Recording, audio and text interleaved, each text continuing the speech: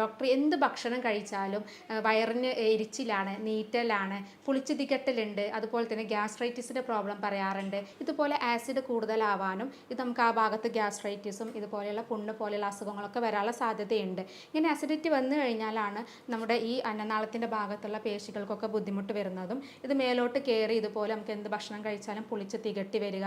എന്നാൽ തൈര് മോരൊക്കെ നമ്മൾ പുളിയുള്ളതാണെങ്കിലും സ്ഥിരമായിട്ട് കഴിക്കുന്നതാണ് ഗ്യാസ് സംബന്ധമായിട്ടുള്ള പ്രശ്നങ്ങൾക്കൊക്കെ നല്ലത്.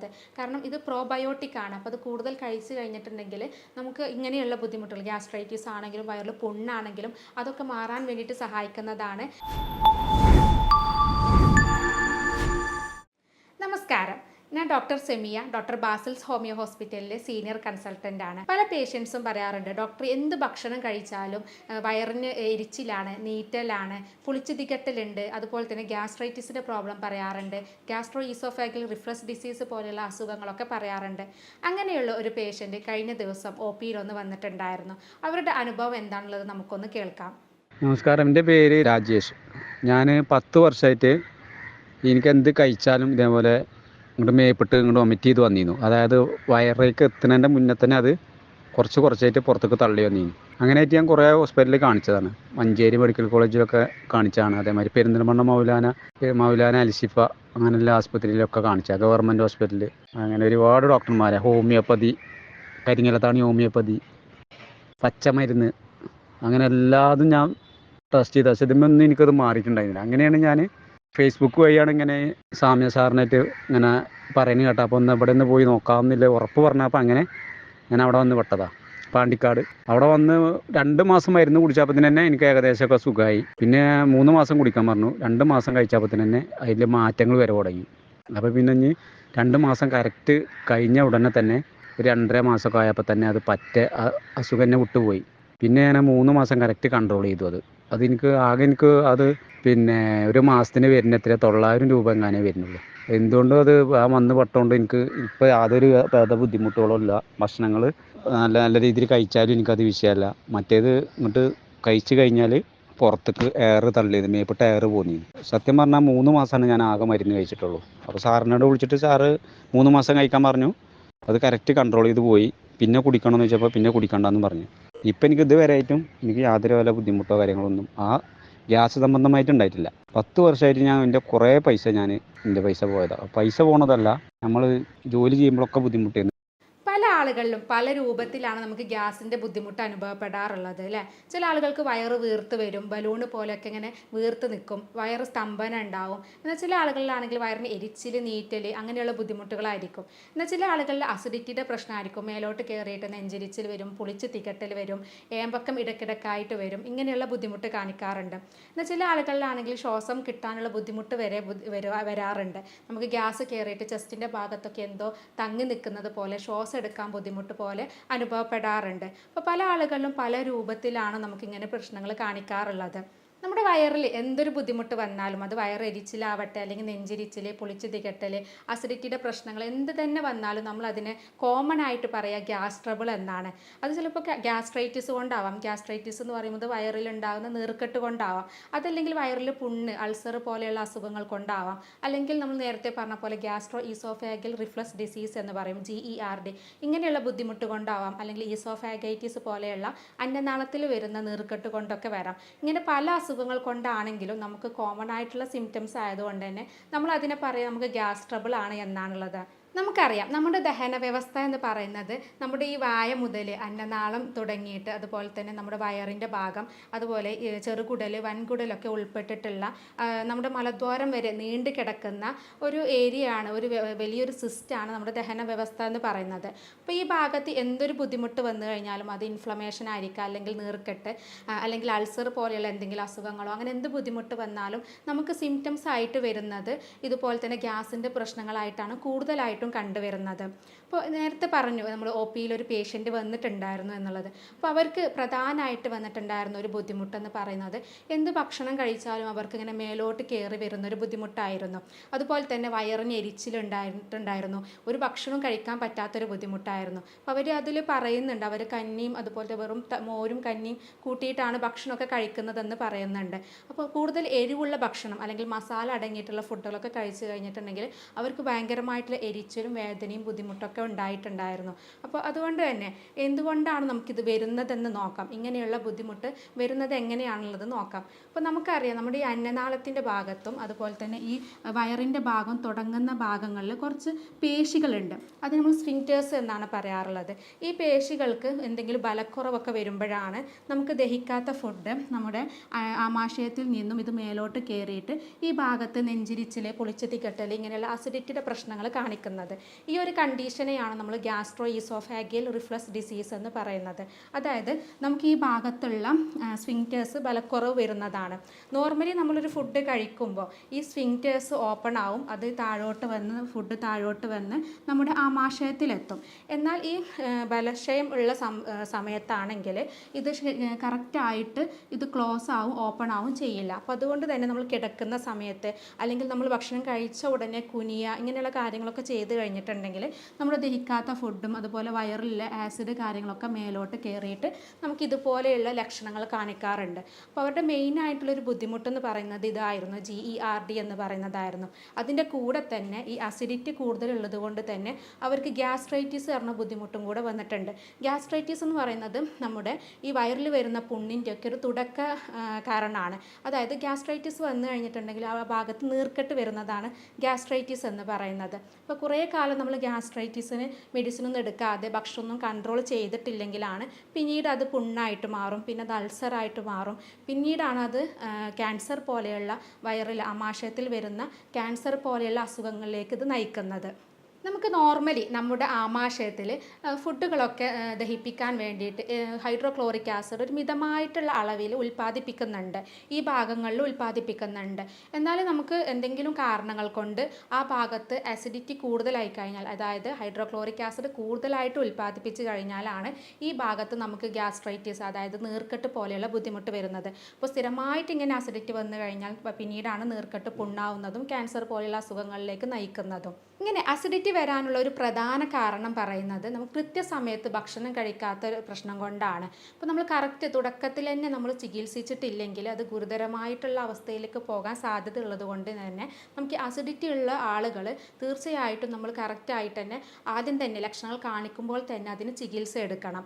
ഇതിൽ പ്രധാനമായിട്ടുള്ള ഒരു ലക്ഷണം എന്ന് പറയുന്നത് നമുക്ക് ഗ്യാസ്ട്രൈറ്റിസ് അല്ലെങ്കിൽ അസിഡിറ്റി വന്നു കഴിഞ്ഞിട്ടുണ്ടെങ്കിൽ ആ ഭാഗത്ത് നമുക്ക് വരുന്ന ഒരു പ്രധാന ലക്ഷണം എന്ന് പറയുന്നത് വയറിൻ്റെ ഭാഗത്ത് എരിച്ചിൽ വരും. എന്ത് ഭക്ഷണം കഴിച്ചാലും നമുക്ക് വയറിന് എരിച്ചിൽ വരും. ആദ്യമൊക്കെ നമുക്ക് മസാല കൂടുതൽ അടങ്ങിയിട്ടുള്ള ഫുഡൊക്കെ കഴിക്കുമ്പോഴായിരിക്കും ഇതുപോലെ എരിച്ചിൽ വരിക. എന്നാൽ കുറച്ച് കാലങ്ങൾ കഴിയുമ്പോൾ നമുക്ക് എന്ത് ഭക്ഷണം കഴിച്ചാലും, ഈവൻ നമുക്കൊരു വെള്ളം കുടിച്ചാൽ പോലും വയറിന് ബുദ്ധിമുട്ടുണ്ടാക്കുന്ന ഒരു അവസ്ഥയിൽ വരാറുണ്ട്. അത് നമുക്ക് കൂടുതലായിട്ട് ഇവിടെ ആസിഡിറ്റി അല്ലെങ്കിൽ ആസിഡ് കൂടുതൽ ഉൽപ്പാദിപ്പിക്കുന്നത് കൊണ്ടാണ്. അപ്പോൾ ഈ ആസിഡ് കൂടുതൽ ഉൽപ്പാദിപ്പിക്കാനുള്ള കുറച്ച് കാരണങ്ങളുണ്ട്. എന്തുകൊണ്ടാണ് നമ്മുടെ ബോഡിയിൽ ആസിഡിറ്റി കൂടുതലായിട്ട് വരുന്നത്? നേരത്തെ പറഞ്ഞു, നമ്മൾ കൃത്യസമയത്ത് ഭക്ഷണം കഴിക്കാത്തത് കൊണ്ടാണ് ആസിഡിറ്റി കൂടുതൽ വരുന്നത്.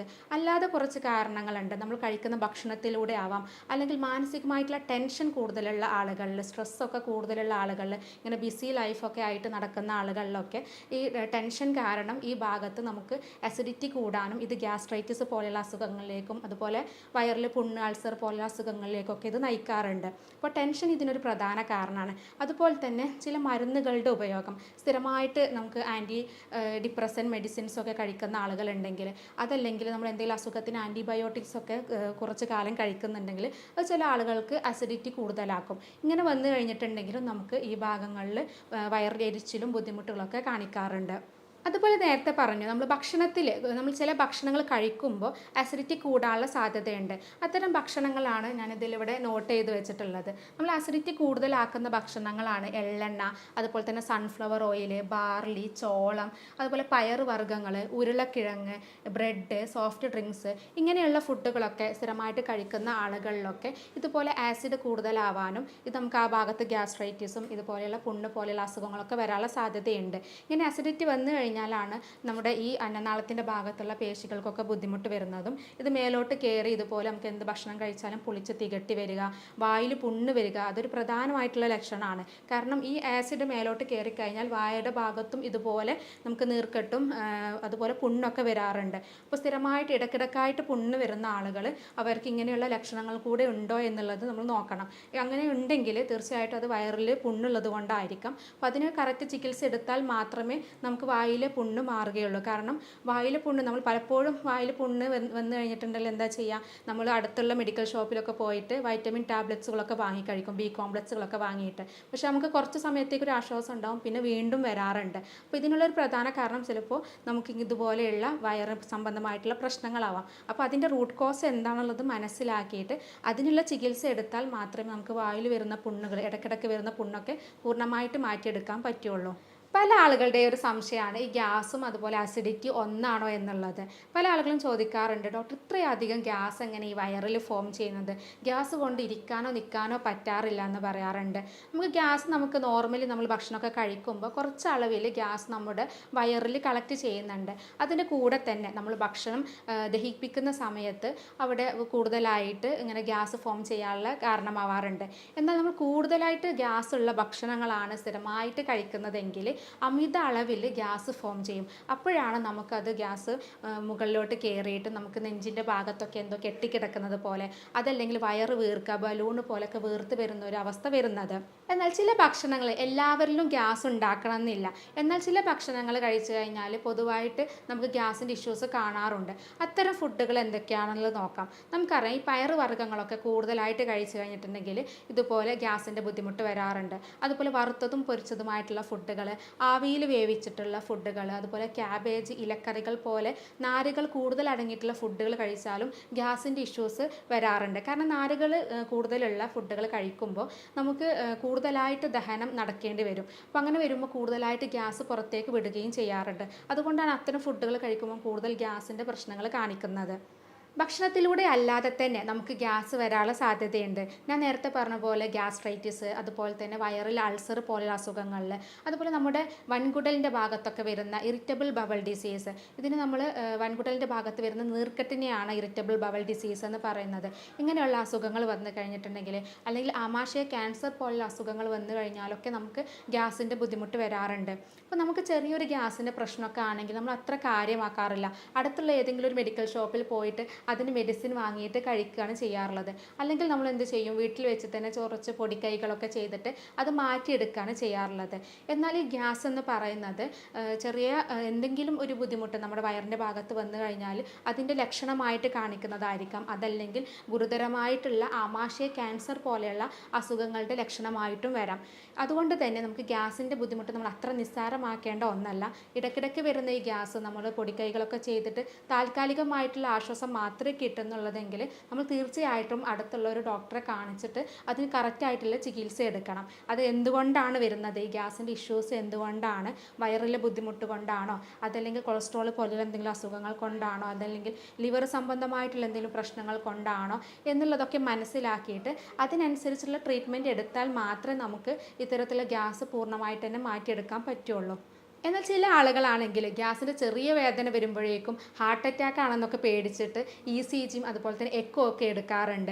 ഇങ്ങനെ വരുന്നവർ വന്ന് ചോദിക്കാറുണ്ട്, ഡോക്ടർ എനിക്ക് ക്യാൻസർ ആണെന്ന് തോന്നുന്നുണ്ട്, അത് ഗ്യാസിൻ്റെ ബുദ്ധിമുട്ടുണ്ട് എന്ന് പറയാറുമുണ്ട്. അപ്പോൾ ആമാശയത്തിൽ വരുന്ന ക്യാൻസറിൻ്റെ ഒരു ആദ്യ ലക്ഷണം എന്ന് പറയുന്നത് നമുക്ക് ഗ്യാസിൻ്റെ ബുദ്ധിമുട്ട് തന്നെയാണ്. അതുപോലെ തന്നെ നമുക്ക് കുറച്ച് ഭക്ഷണം കഴിക്കുമ്പോഴേക്കും വയറ് നിറഞ്ഞ പോലെ ഫീൽ ചെയ്യുക, വയറിൽ എന്തോ ഇരിക്കുന്നത് പോലെ, എന്തോ ഒരു തടസ്സമുള്ള പോലെ അനുഭവപ്പെടുക, സ്തംഭനം വരിക, ഇങ്ങനെയുള്ള ബുദ്ധിമുട്ടൊക്കെ നമുക്ക് ആമാശയ ക്യാൻസറിൻ്റെ തുടക്ക ലക്ഷണങ്ങളിൽ പെട്ടതാണ്. നമുക്ക് ആമാശയത്തിൻ്റെ ഭാഗത്ത് കോശങ്ങളിൽ കൂടുതലായിട്ട് കോശങ്ങൾ വളർന്നു കഴിഞ്ഞിട്ടുണ്ടെങ്കിലാണ് നമുക്ക് ഇത്തരത്തിലുള്ള ബുദ്ധിമുട്ടുകളൊക്കെ അനുഭവപ്പെടുന്നത്. ഈ കൂടുതൽ കോശങ്ങൾ വളരുന്നതിനെ തന്നെയാണ് നമ്മൾ ക്യാൻസർ രോഗമായിട്ട് പറയുന്നതും. അപ്പോൾ നമ്മുടെ ആമാശയത്തിൽ, അതായത് വയറിൽ നമ്മൾ നോർമലി ഉണ്ടാകുന്ന കോശങ്ങളെക്കാൾ കൂടുതലായിട്ട് കോശങ്ങൾ വളർന്നു വരിക, അല്ലെങ്കിൽ ട്യൂമർ സെൽസ് കൂടുതൽ വരിക, ഇങ്ങനെ വന്നു കഴിഞ്ഞിട്ടുണ്ടെങ്കിൽ നമുക്ക് ദഹനം കറക്റ്റായിട്ട് നടക്കില്ല. ഇങ്ങനെ ദഹനം കറക്റ്റ് നടന്നിട്ടില്ലെങ്കിൽ അത് നമുക്ക് കറക്റ്റായിട്ട് ഭക്ഷണങ്ങളൊന്നും ചെറുകുടലിലേക്ക് എത്തില്ല. അപ്പോൾ ഇങ്ങനെയുള്ള പ്രശ്നങ്ങളൊക്കെ ഉള്ളത് കൊണ്ട് തന്നെ നമുക്ക് ഇത്തരത്തിലുള്ള ഗ്യാസിൻ്റെ ബുദ്ധിമുട്ടുകളൊക്കെ കാണിക്കാനുള്ള സാധ്യതയുണ്ട്. അപ്പോൾ ചെറിയ ഗ്യാസിൻ്റെ ബുദ്ധിമുട്ടാണെങ്കിൽ പോലും നമ്മൾ അത്ര നിസ്സാരമാക്കേണ്ട ഒന്നല്ല. കറക്റ്റായിട്ട് നമ്മൾ ചികിത്സ എടുത്താൽ മാത്രമേ, ഇത് എന്തുകൊണ്ടാണെന്നുള്ളത് മനസ്സിലാക്കി അതിന് ചികിത്സ എടുത്താൽ മാത്രമേ നമുക്കിത് പൂർണ്ണമായിട്ട് തന്നെ മാറ്റിയെടുക്കാൻ പറ്റുള്ളൂ. ഇനി ചില പേഷ്യൻസ് പറയാറുണ്ട്, ഡോക്ടർ എന്ത് കഴിച്ചാലും ഗ്യാസാണ്, കഴിച്ചില്ലെങ്കിലും ഗ്യാസാണെന്ന് പറയാറുണ്ട്. ഇങ്ങനെ ഇടയ്ക്കിടയ്ക്ക് വരുന്ന ഗ്യാസിൻ്റെ ബുദ്ധിമുട്ട് പറയുന്ന ഒരുപാട് പേര് നമുക്കിടയിലുണ്ട്. പണ്ടൊക്കെ നമുക്ക് പ്രായമുള്ള ആളുകളായിരുന്നു ഇത്തരത്തിലുള്ള ബുദ്ധിമുട്ടൊക്കെ പറയാറുള്ളത്. കുറച്ചൊരു 50-60 വയസ്സുള്ള ആളുകളൊക്കെ പറയും എപ്പോഴും ഗ്യാസാണ്, ബുദ്ധിമുട്ടാണ് എന്ന് പറയാറുണ്ട്. എന്നാൽ ഇന്ന് ചെറുപ്പക്കാരിൽ വരെ, ചെറിയ കുട്ടികൾ മുതൽ ചെറുപ്പക്കാരിലും മുതിർന്ന ആളുകളിലൊക്കെ ഒരുപോലെ കാണുന്ന ഒരു ബുദ്ധിമുട്ടായി മാറിയിട്ടുണ്ട് ഈ ഗ്യാസിൻ്റെ ഇഷ്യൂസുകൾ. അത് ഇതുപോലെ വയറെരിച്ചിലാവാം, നെഞ്ചിരിച്ചിലാവാം, പുളിച്ച് തികട്ടലാവാം, അല്ലെങ്കിൽ വയറ് വേദനയായിരിക്കാം. ഇങ്ങനെ പലതരത്തിലുള്ള ബുദ്ധിമുട്ടായിട്ടാണ് അവർ പറയാറുള്ളത്. അപ്പോൾ ഇങ്ങനെയുള്ള ആളുകൾ നമുക്ക് വീട്ടിൽ വെച്ച് ചെയ്യേണ്ട കുറച്ച് ശ്രദ്ധിക്കേണ്ട കുറച്ച് കാര്യങ്ങളാണ് ഇനി പറയുന്നത്. അതിലാദ്യം നമ്മൾ ശ്രദ്ധിക്കേണ്ടത്, എന്ത് ഫുഡ് കഴിക്കുമ്പോഴാണോ നമുക്ക് ഗ്യാസ് ഉണ്ടാക്കുന്നത്. ഞാൻ നേരത്തെ പറഞ്ഞു എല്ലാവർക്കും എല്ലാ ഫുഡും ഗ്യാസിൻ്റെ പ്രശ്നം ഉണ്ടാക്കാറില്ല. അപ്പോൾ നമുക്ക് എന്താണോ ബുദ്ധിമുട്ട് ഉണ്ടാക്കുന്നത് ആ ഭക്ഷണം നമ്മൾ പൂർണ്ണമായിട്ട് തന്നെ ഒഴിവാക്കുക. നമുക്ക് ഇത്തരത്തിലുള്ള അസുഖങ്ങളൊക്കെ മാറിക്കഴിഞ്ഞാൽ ഈ ഭക്ഷണങ്ങളൊക്കെ കഴിച്ചു തുടങ്ങാം. അതുവരെ നമ്മൾ ഇത്തരത്തിലുള്ള ഫുഡുകൾ, നമുക്ക് ഗ്യാസ് ഉണ്ടാക്കുന്ന ഫുഡുകൾ പൂർണ്ണമായിട്ട് തന്നെ ഒഴിവാക്കുക. ആദ്യം ശ്രദ്ധിക്കേണ്ടത് അതാണ്. അതുപോലെ തന്നെ നമുക്ക് ഗ്യാസ് ഉണ്ടാക്കുന്ന ചില ഫുഡുകളുണ്ട്, അത് വേവിച്ച് കഴിച്ചാലായിരിക്കും നമുക്ക് ഗ്യാസ് ഉണ്ടാകുന്നത്. എന്നാൽ അത് നമുക്ക് പച്ചയായിട്ട് കഴിക്കുമ്പോൾ അത്ര ബുദ്ധിമുട്ട് വരാറില്ല.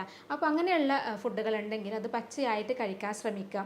അതുപോലെ തന്നെ എണ്ണയിൽ വറുത്തതും പൊരിച്ചതായിട്ടുള്ള ഫുഡുകളൊക്കെ കഴിക്കുമ്പോൾ ഗ്യാസിൻ്റെ ഇഷ്യൂസ് കാണിക്കാറുണ്ട്. അപ്പം അങ്ങനെയുള്ള ആളുകൾ കൂടുതലും ആവിയിൽ വേവിച്ചിട്ട് കഴിക്കുന്നതാണ് നല്ലത്.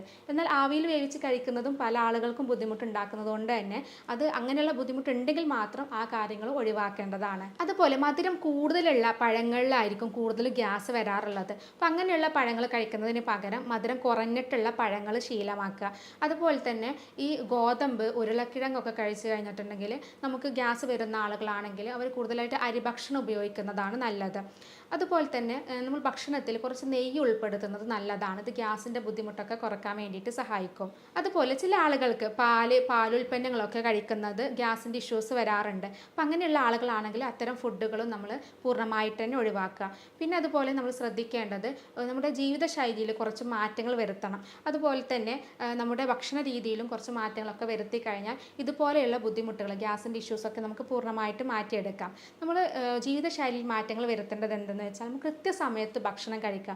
അതാണ് ഏറ്റവും കൂടുതലായിട്ട് നമ്മൾ ശ്രദ്ധിക്കേണ്ട ഒന്ന്. 3 നേരം കറക്റ്റായിട്ട് ഫുഡ് കഴിക്കുക. വയറ് കാലിയാക്കിയിടരുത്. ഇങ്ങനെ കാലിയാക്കിയിടുന്ന സമയത്താണ് ഗ്യാസിൻ്റെ ഇഷ്യൂസും അസിഡിറ്റിയുടെ പ്രോബ്ലംസും ഒക്കെ നമുക്ക് കൂടുതലായിട്ട് വരുന്നത്. അപ്പോൾ അത് എല്ലാവരും ശ്രദ്ധിക്കണം. അതിൻ്റെ കൂടെ തന്നെ നമ്മൾ ഭക്ഷണം കഴിച്ച ഉടനെ കിടക്കുക, അതുപോലെ ഭക്ഷണം കഴിച്ച ഉടനെ കുനിയുക, ഇങ്ങനെയുള്ള കാര്യങ്ങളൊന്നും ചെയ്യരുത്. നമ്മൾ ഭക്ഷണം കഴിച്ച ഉടനെ കിടക്കുന്ന സമയത്ത് നമ്മൾ ദഹിക്കാത്ത ഫുഡ് മേലോട്ട് കയറിയിട്ട് നമുക്ക് അസിഡിറ്റിയുടെ പ്രോബ്ലംസ് ഒക്കെ വരാനുള്ള സാധ്യതയുണ്ട്. അപ്പോൾ അത്തരം ശീലങ്ങളുള്ള ആളുകളാണെങ്കിൽ അതൊക്കെ പൂർണ്ണമായിട്ട് തന്നെ ഒഴിവാക്കണം.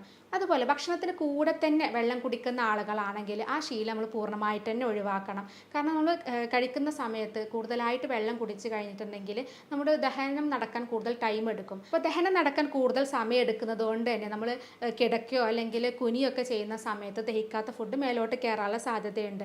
അതുകൊണ്ടാണ് നമ്മൾ ഭക്ഷണത്തിന് കൂടെ തന്നെ വെള്ളം കുടിക്കരുതെന്ന് പറയുന്നത്. അപ്പോൾ നമ്മൾ ഭക്ഷണം കഴിച്ച് ഒരു അരമണിക്കൂറിന് ശേഷമോ അല്ലെങ്കിൽ ഭക്ഷണത്തിന് മുന്നേ ആയിട്ടാണ് നമ്മൾ വെള്ളം കുടിക്കേണ്ടത്. അതുപോലെ ഞാൻ നേരത്തെ പറഞ്ഞു 3 നേരം കറക്റ്റായിട്ട് നമ്മൾ ഫുഡ് കഴിക്കണം എന്നുള്ളത്. അതിൻ്റെ ഇടവേളകൾ തന്നെ ഇടയ്ക്കിടയ്ക്കായിട്ട് ചെറുതായിട്ട് നമ്മൾ എന്തെങ്കിലും ഭക്ഷണം കഴിക്കുന്നതും നല്ലതാണ്. അത് നമ്മൾ വയറ് കാലിയാവാതിരിക്കാൻ വേണ്ടിയിട്ടാണ് അങ്ങനെ ചെയ്യുന്നത്. അതുപോലെ തന്നെ ടെൻഷനൊക്കെ കൂടുതലുള്ള ആളുകളാണെങ്കിൽ അത് പൂർണ്ണമായിട്ട് തന്നെ ഒഴിവാക്കുക. അതുപോലെ ഡെയിലി വ്യായാമം ചെയ്യുന്നതും നമുക്ക് ഗ്യാസ് സംബന്ധമായിട്ടുള്ള പ്രശ്നങ്ങളൊക്കെ ഉണ്ടെങ്കിൽ, ദഹന പ്രശ്നങ്ങളൊക്കെ ഉണ്ടെങ്കിൽ അതൊക്കെ റെഡിയാവാൻ വേണ്ടിയിട്ട് വ്യായാമം ചെയ്യുന്നതും വളരെ നല്ലതാണ്. അതുപോലെ അസിഡിറ്റിയുടെ പ്രോബ്ലം ഉള്ള ആളുകൾ ശ്രദ്ധിക്കേണ്ട കുറച്ച് കാര്യങ്ങളുണ്ട്. ഇങ്ങനെ അസിഡിറ്റി കൂടുതലുള്ള ഫുഡുകൾ ഞാൻ നേരത്തെ പറഞ്ഞു, എള്ളെണ്ണ, സൺഫ്ലവർ ഓയിൽ, ഇങ്ങനെയുള്ള ഫുഡുകൾ നമ്മൾ പൂർണ്ണമായിട്ട് തന്നെ ഒഴിവാക്കണം.